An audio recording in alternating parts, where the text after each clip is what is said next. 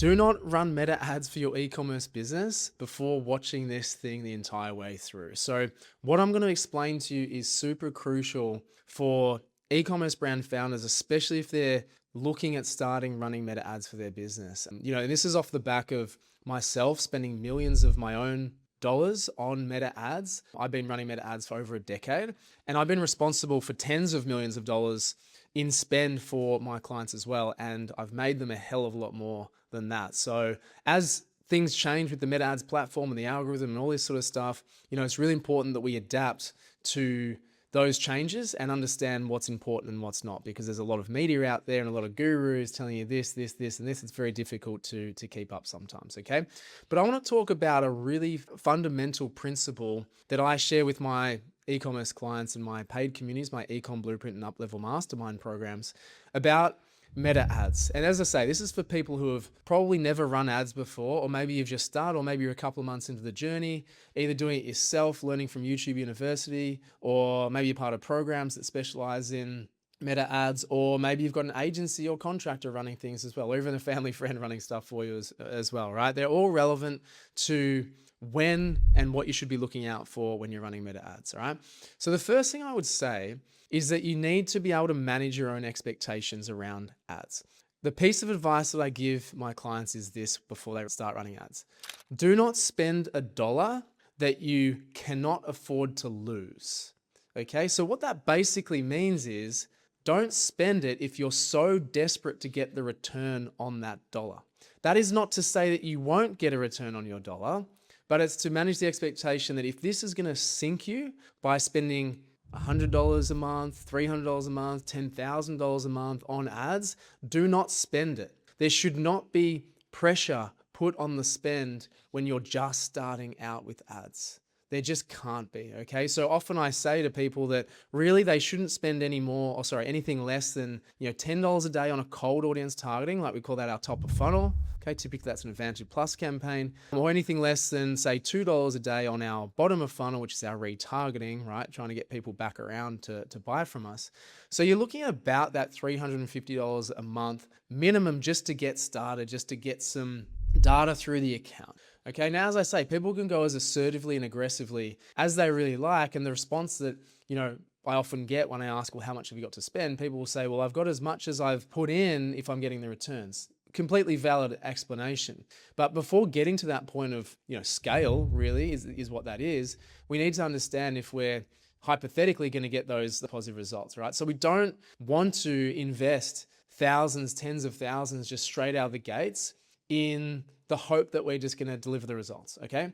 So this is where kind of I butt heads with, as I say, agencies, contractors, and programs that are just their only strategy is meta ads, right? Obviously, if that's their only role and only job and only strategy, they're going to say spend more because you'll get faster feedback with data, you'll have higher bidding power. Both true, but honestly, even clients on low spend get a significant enough amount of data to be able to learn, all right, as they go, understand what the metrics actually mean, and ultimately get really strong returns. Because as you spend more anyway, you're going to get lower returns, you're going to get diminishing returns. That's just the nature of advertising as we go to colder and colder audiences, okay? So you want to know that you're going to get quite strong returns, positive results on low spend first, before you go and actually scale up and start spending to the moon. Okay, because ultimately that's what we want to do, but we need to understand everything else outside of that as well, okay? So the biggest piece here is that you need to understand that you may not get a return on that dollar. And it could be for a month or 2 months or 3 months. But my hope for you, and this is what I would advise, is that you're learning and iterating obviously as you go, okay? It's a very push and pull, I would say like an art form to analyzing ads too quickly or not quickly enough, right? So you want to be able to, and I'll use the example of say $10 a day on a cold audience,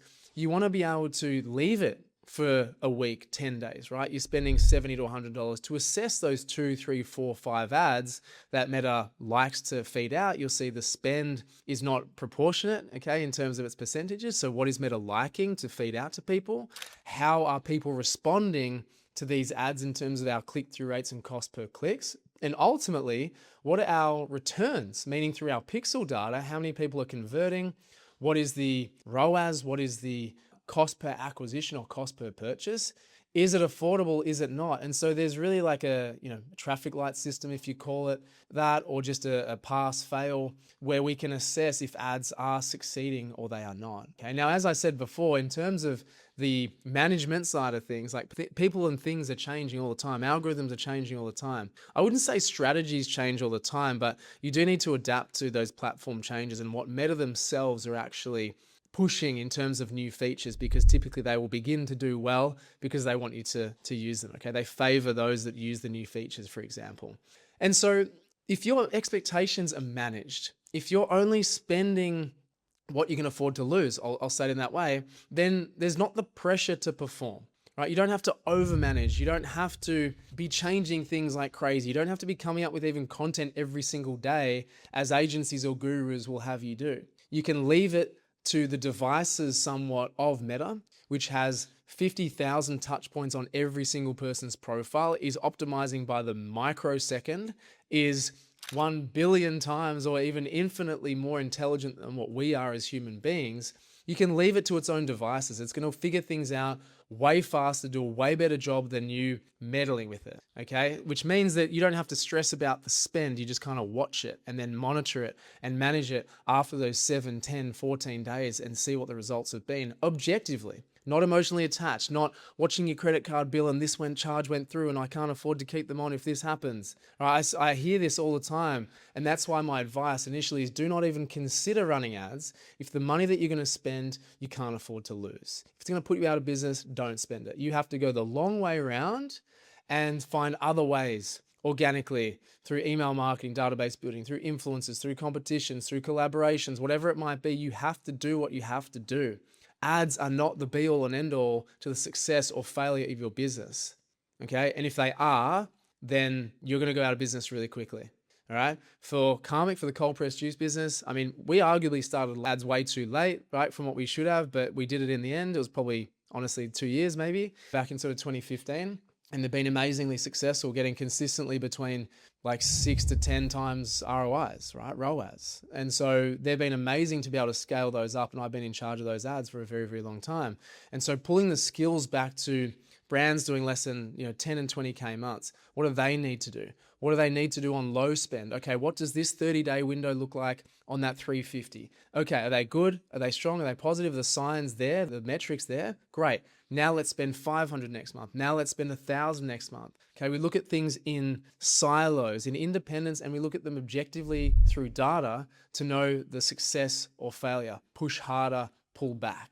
Okay, and sometimes, and this is customized advice to each client I'm actually assessing with their ads, sometimes we just sit. We sit a little bit longer, right? If we had a bad week or a lower week, let's call it from ads performance, but the week before was good. Okay, it's like, cool, let's not actually change much. Let's see if it pulls back, knowing that we haven't changed anything to switch the dial, right? More often than not, the performance pulls back without us touching anything. Whereas if we had have touched something when things got really bad, it could have detrimentally gone down. If we pulled out budget, detrimentally go down. We pull the legs from underneath us, and it creates what I call a vicious cycle down, right? Well, it's basically where you've got ad spend, it's performing bad, you pull out spend, gets worse, gets worse, gets worse. You keep pulling out spend until you're spending nothing and you're getting nothing, okay?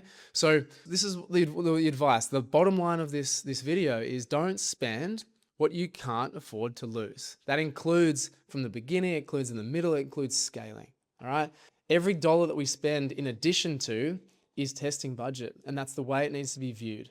Right? Yes, we need to spend on ads to scale successfully, 100%. It is the fastest and simplest way to scale your business. I wouldn't say easiest. It is for some, but for the majority, it's not the easiest. It's the fastest and simplest, okay? So I just want to set your expectations with spend and when to begin and how to think about it to really take the pressure off yourself and take the pressure off the ads themselves and needing to extract everything from every single dollar that you spend, all right? So look, I hope this was valuable for you as a perspective, as some experience, 13, 14 years in e-commerce and running ads. If it was, I'd love a like, love a subscribe. If you want to know more about how we help e-com brands, you can click on the link below. But other than that, thanks for watching till the end and I'll catch you in the next one. See ya.